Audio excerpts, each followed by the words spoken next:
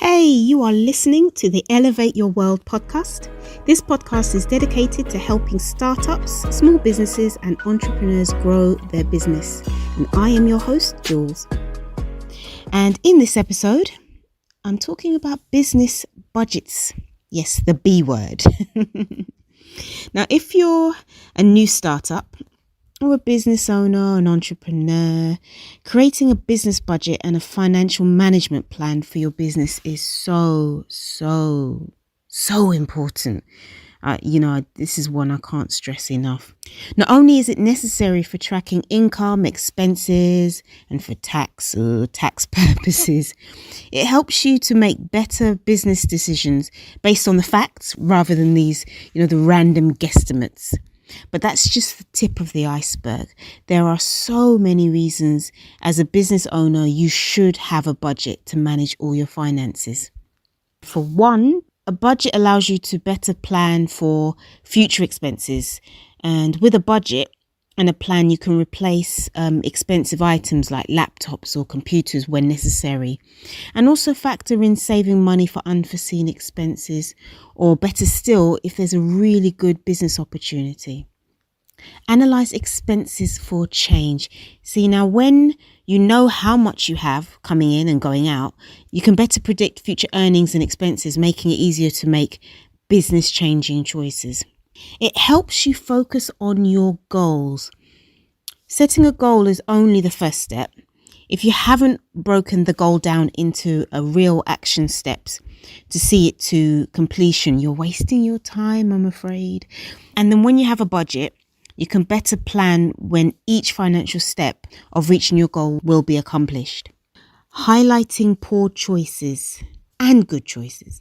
Now, budgeting and smart financial management will highlight bad choices you've made. So hopefully, fingers crossed, you won't do them again.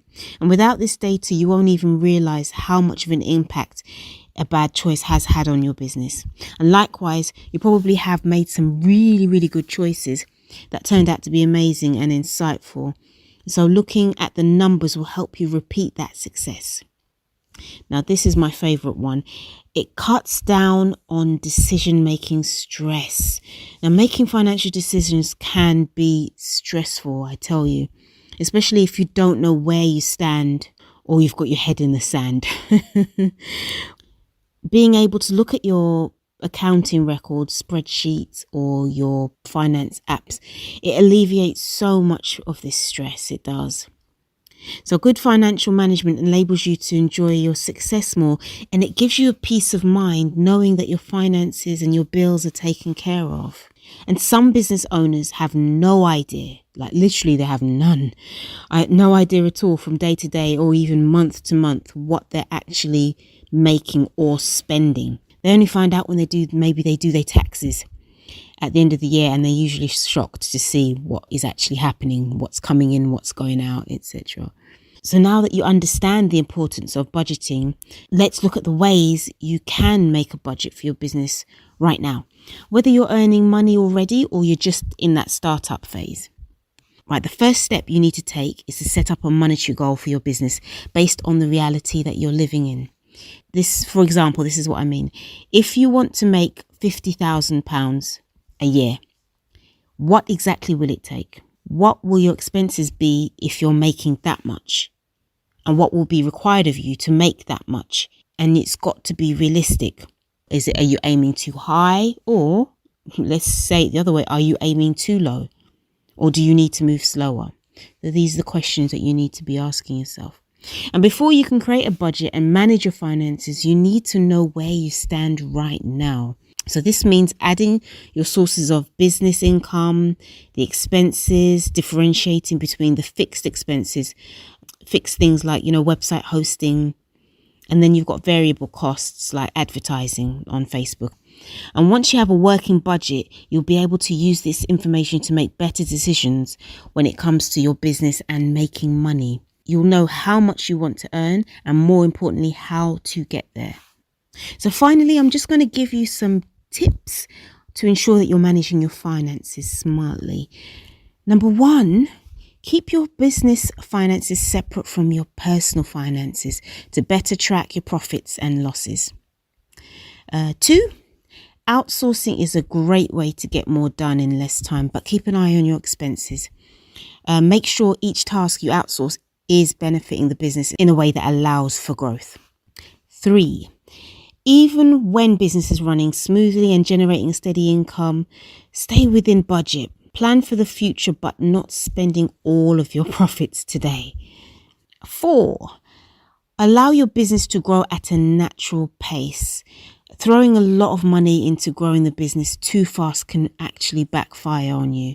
You may get a large influx of traffic and sales, but if your systems are unable to keep up, you'll ultimately lose. And then number 5, be strategic with marketing methods. You don't need to have 10 different marketing campaigns going at once. That's too much. Take it slow and build up to what you or your business can actually handle. And 6, if you're limited on funds, spend your money and time on projects that give you the highest returns. With all the apps and software resources available, there's no reason for poor money management in 2022. So please do take the time to choose a system that works for you and definitely get that set up. Add accounting to your schedule as a daily or weekly task. Or if you absolutely hate numbers, counting, maths and all that, if it's just not for you, you can always hire an accountant or ask a friend to give you a hand. Thank you so much for listening to this episode on budgeting. I'm pleased to let you know that we have some great resources on our website, elevatestudiouk.com. We've got spreadsheets, worksheets, checklists, and we've got ebooks on finances now. Thank you so much for listening, and I'll see you on the next episode.